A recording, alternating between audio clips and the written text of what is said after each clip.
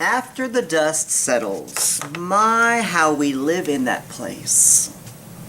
We're always living in that question of, now what?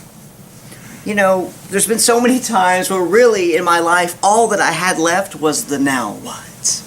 You know, 2002, it was very much a year of, now what? I just moved to the dinky old valley. Now what? 10 years of addiction. Now what? Floundering health. Now what? The death of Alan, the love of my life at the time. Now what? Shacked up, jobless, and sad on Mom's old couch. The dust has settled. Now what? I remember hating the first year in the valley. I despised my very presence here at all. And maybe if you've moved here, you are too. But it's not about the valley. It could have been anywhere. It's not this place. It was me. I despised even the thought of putting down roots in such a place as this. I missed my old home, my old friends, my old job, my old town, Dallas, my old life, and everything that was in it. Put down roots here? In this place that I don't even want to be in, this place that was everything but the home I wanted it to be? Put down roots here? I don't think so. I don't think so. The dust may have settled, but I wasn't gonna. And so I began to struggle through my life here, digging my heels in. I was dragging my feet. I was fighting tooth and nail everything and everyone that was in my way, trying to just reject that future that Harlingen was trying to bring to me. Here I was in the valley and hating it. And it showed. It showed. It showed in my attitude. It showed in my behavior. It showed in the walls that I put up. It showed in the unhealthy patterns that I began to repeat. I ran, like Michaela preached, I ran. I ran from the present, looking for the ghost of my past. I ran to Houston. I ran to San Antonio. I ran back to Dallas, looking for clinging to memories of long gone. I ran back to Dallas every chance I got to see if I could just recognize some semblance of what used to be. Looking desperately, grasping at straws for anything that reminded me of the home. Anything that reminded me of him. It was the very first time that I understood the saying that you can't go home. I couldn't go home. I tried, but it was gone. It was gone. He was gone. Home was gone. Now what? Now what? What kind of home have you lost in your life? What kind of now what are you wrestling with? What kind of old life are you living without and hating it? Home. Was it a person? Was it a place? Is it a church? Was it a family? Was it belonging? What is it? Who or what that you considered home is no longer in your life? What memorable time in your life has just vanished? Had it been taken from you? Or did it just pass you by, expired somehow? How did it crumble? How did it fade? And where did it go? Now that your dust has settled, now what? How much do you long for that lost home, that lost person, that lost moment in time? You see, home is much more than people or places. It's about feelings. It's about emotion. It's joy. It's safety. It's love. It's familiarity. It's peace. It's identity. It's about grace personified for us sometimes. What kind of home have you lost? And how do you feel about it now that it's gone? Maybe you are like I was in 2002, in the valley and hating it, in your own valley and hating it. Has your life changed somehow in a way that you just don't want to accept? Are you still clinging to and longing to something that is gone, so much so that now that the dust has settled, now that a new life is before you, you are resisting, resenting, and rejecting it? It's like a boss who's given you a task to do that you don't want to do or that you don't think you should have to do. You ain't happy about it. You ain't happy about it. You don't do it agreeably. In fact, every coworker around you knows that you are bitter about it. Are you a little bitter? It's gone. That they're gone. Whether you realize it or not, ask yourself, am I in a constant struggle with the now because I'm heartbroken over the past? Have devastating circumstances left you in a place that you don't want to be? In a place that you certainly would not choose to be? Is every day a fight because this isn't the home that you want? Are you saying to yourself, hey, this isn't what I planned. This isn't what I want or where I want to be. So how can I pretend like it is? How can I let it take over the spot in my heart that I used to call home? This isn't how life is supposed to be. And that makes me angry. It makes me sad. And it makes me lost. And it makes me feel so unsettled. I don't agree with this change, and I am not about to make it easy for it to take hold. I am going to resist, resent, and reject. Because you know what? It just ain't right.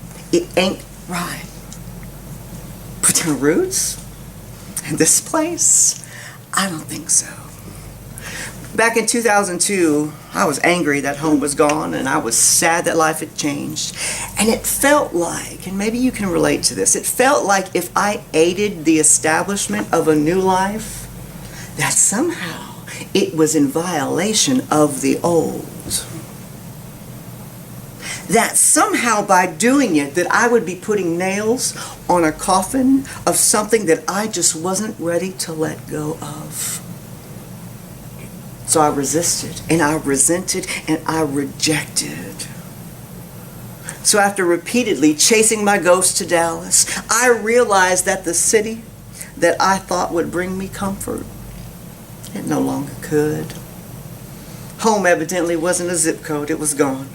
It must be something else. And so I began to think, and caused me to search, and I surmised that it must be my old apartment there. It must have just been my old space that I was missing. And so I decided to start there. And then something happened that I so did not see coming. I was feeling really good. Oh, I'm moving forward. I made the decision. I found a great apartment in Harlingen that I loved. But as I sat there that day, staring down at that leasing agreement, the very bones in my body cried out, no. I couldn't sign it. How could I? How could I betray my old home like that? How could I do that to Alan? He's dead, and here I am, just going on with my life. That didn't seem fair. Why me? Why him? The amount of guilt that rushed over me at the thought of signing a lease without him was too much for me. It felt wrong. My heart was resisting. My body was resenting. And my soul was rejecting. This isn't right. This isn't the home I wanted. This isn't the home I knew. So how could I sign on to it? How would I, or even could I do that? The dust clearly had settled, but even more clearly, I had not. Would I ever be? And I remember crying out to God that day, like, what do you want? What do you want me to do? What do you want me to do? Because it's such a strong emotion, and sometimes we don't know, is it coming from me? Is it coming from my issues? Is it coming from God? But as the dust settles in your life, what does God want you to do? Will you ever feel settled? Last week we talked about some real unsettling as the Assyrian Empire took control of northern Israel. And so I love how we tell stories of war, and as we do, it makes us feel good about our life now. That's the kind of God, as he tells these stories, they're amazing. But last week we talked about how the Assyrian Empire had taken control of northern Israel, and they deported them to Nineveh. And the prophet Isaiah, we talked about how he came in and how he spoke the word of the Lord to them. But now, 140 years later, they have gone by. And during that time, the prophet Isaiah was ceremoniously sawed in half for his efforts, not even by an enemy king, by a king of Judah, Israel's southern territory. Now this particular king, he reinstates pagan worship throughout Judah, and God is not pleased.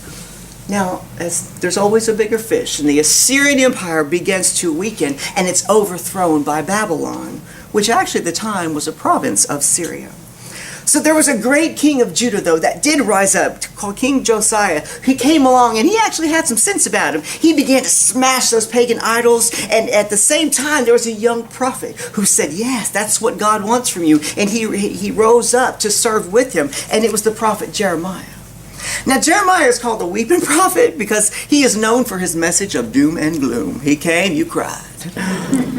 Jeremiah said, people of Judah, you need to listen to this King Josiah. Turn from those pagan ways or else God is going to destroy you through your enemies if you don't. FYI.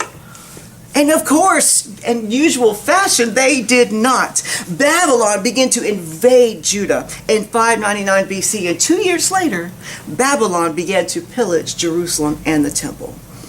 Now, not only were the people, from the northern territory exiled, as well in Nineveh, now 140 years later, Babylon begins to deport people from Judah, the southern territory. Now, the poor people, they get sent to Egypt, and the more elite were exiled to Babylon itself. And this is where Jeremiah comes in today. I mean, he comes in and he is speaking to these exiles, these people who are living in Babylon and hating it. The dust had settled, but now what? Now what? And this particular group, they probably weren't as in shock as the exiles we talked about last week, because you know what? They'd already seen it happen. They'd already seen it happen north, just not to them.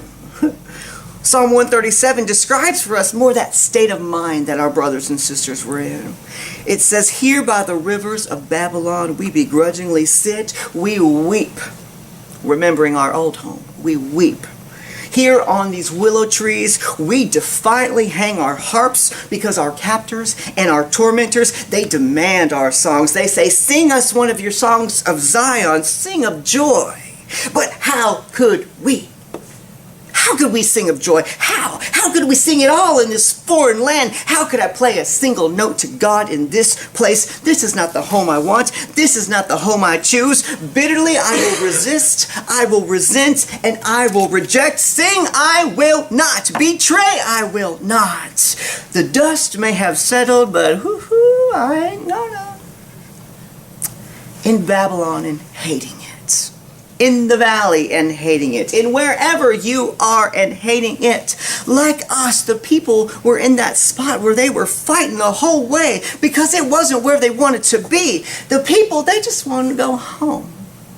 Just wanted to go home. They just wanted, life to be the way that it was. They missed their old life, their old friends, their old jobs, their old homes, and rightfully so. This wasn't the way it was supposed to turn out. It wasn't right that they were living in a foreign land, yet at the end of the day, there they were, mad, sad, and unsettled.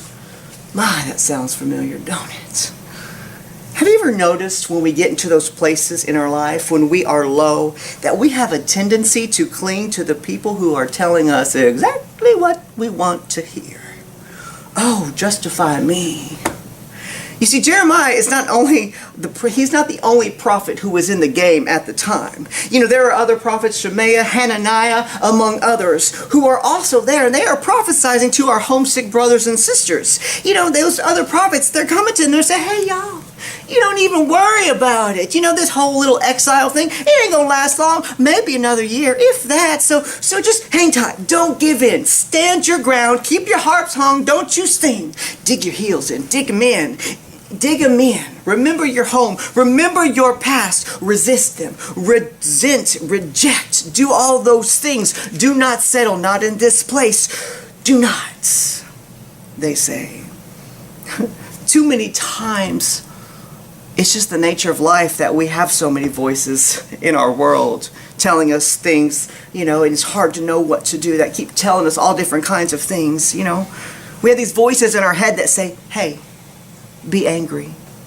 We have those voices that say, don't let that go. Don't you dare move forward. You better hold on to that past. You better cling to your hurt. This isn't what you want. It's a lie. Don't let it in. Don't you dare be happy. Don't do it. It's false. Don't betray your past and move into the now. Don't you do it. You're only going to be hurt again by these people. Resist. Resent. Reject. Keep your hearts hung and don't you sing. Not here. Not in this place. So many voices swirling around in our life. It's enough to drive you crazy. Much like I did that day staring at that apartment lease. The people in Babylon, they cry out, God, what do you want us to do? The dust has settled, but now what? What do you want from me? Today, as you sit here caught between your past and your future, God hears you crying out. He hears your now what? That is coming out of your soul loud. He hears it. And he has an answer for you, just like he did for me, and just like he has for the people lost in Babylon. Through Jeremiah, God says, my children, I know you feel stuck. I know you are confused. I know this land isn't your home, but nevertheless, I've brought you to it. I've brought you to it. And guess what? You are in it for the long haul, at least 70 years or more. Don't believe those other voices, those other prophets, for they are not of me. You're here. It's now, and you are here. So while you are in Babylon, I say to you, build, build, build, build houses, build a family, settle down, plant gardens, eat from them. Allow yourself to love again. Find people to marry. Start a family. Increase your joy. Do not decrease your joy. The dust has settled. You might as well now sing. You're in it for the long haul, so stop fighting it. You'll never beat me. You will never beat me. I am just as much your God here as I was there, as I was then, as I am now. I am still your God no matter where your feet are planted. I am your God, and I am your home. Good old Jeremiah, the prophet of doom. Now, he didn't come with the shiny message of, oh, everyone wanted to hear. It wasn't no immediate deliverance to be had. That's what they wanted to hear. No, no, no. He's the doom. They were weeping. But just the truth, it's what he brings. He brings the truth as hard as it may be. He brings the truth to us. He says, stop living like you're a short-term tourist. You better settle in, because even your children and grandchildren will live here. Your old home, your old life for now is dead. Let it go. Let it go. Quit resisting. Quit resenting. Quit rejecting that which you cannot change. God will eventually redeem and bring your nation home, but just not right now. The dust has settled. You might as well too. In 2002, as I sat there staring at that lease with tears just streaming down my face, I remember very clearly what God said to me that day. And it's the same thing that he also said to the people in Babylon. And it's also the same thing that he is saying to you right now. I know that you're lost. I know where you are. I want you to know that you are not alone, that I was there when you lost it. And it hurt me too. I know you carry hurt and shame and guilt and anger and sadness. But in my name, let it go before it consumes you and steals everything else that you will ever have in your life. There are beautiful things in store for you, for I know I have the plans for your life, he says. Yes, even in this place, even in your Babylon. But above all this is what I want you to know the most. It's okay to be happy again. It's okay to be happy again. It's okay to be happy again. I give you permission to be.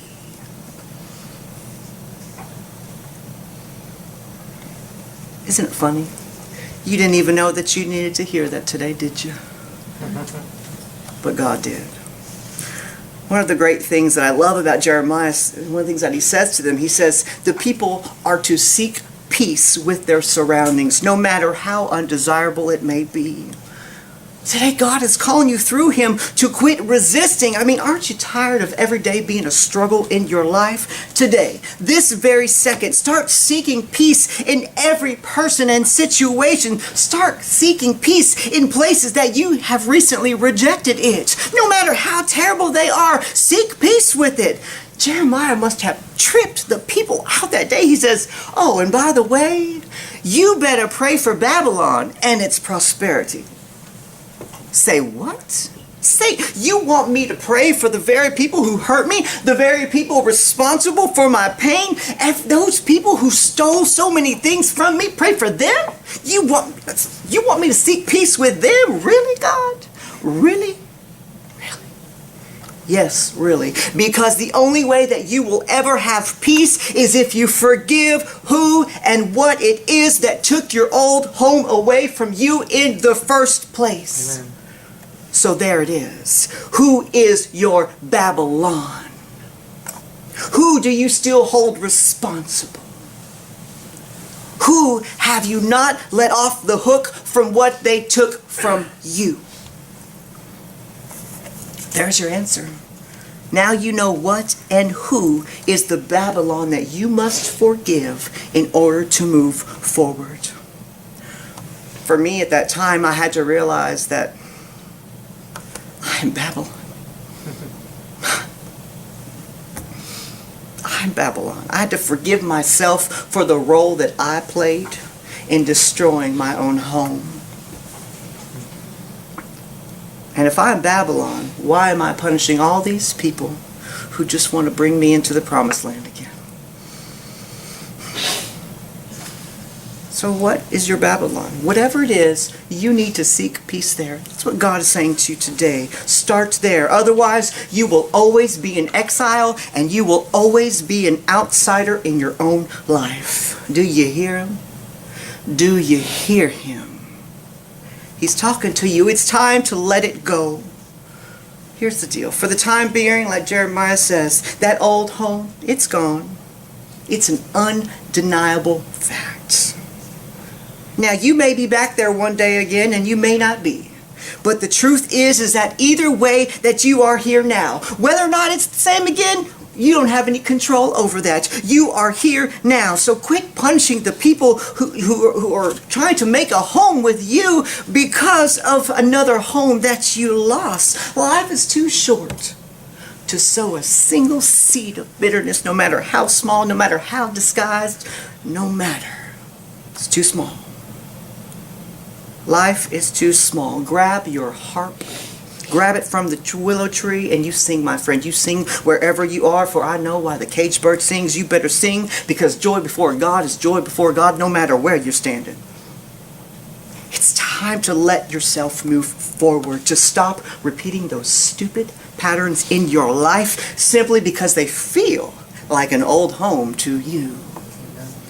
Today, in the name of God, I give you permission to live. It's okay to be happy again. You're set free to let it in. God has approved for you a divine and glorious permit to build you a new home here, to grow into a new family here, to plant a new garden, to let it nourish you, and yes, especially to allow yourself to love in that special way again. Amen. What a life that awaits you. Oh, for I know the plans that I have for you. The dust has settled, but will your restless spirit be? So quit listening to all those other voices, and in the name of God, listen to Him and seek peace. Seek peace. Start there.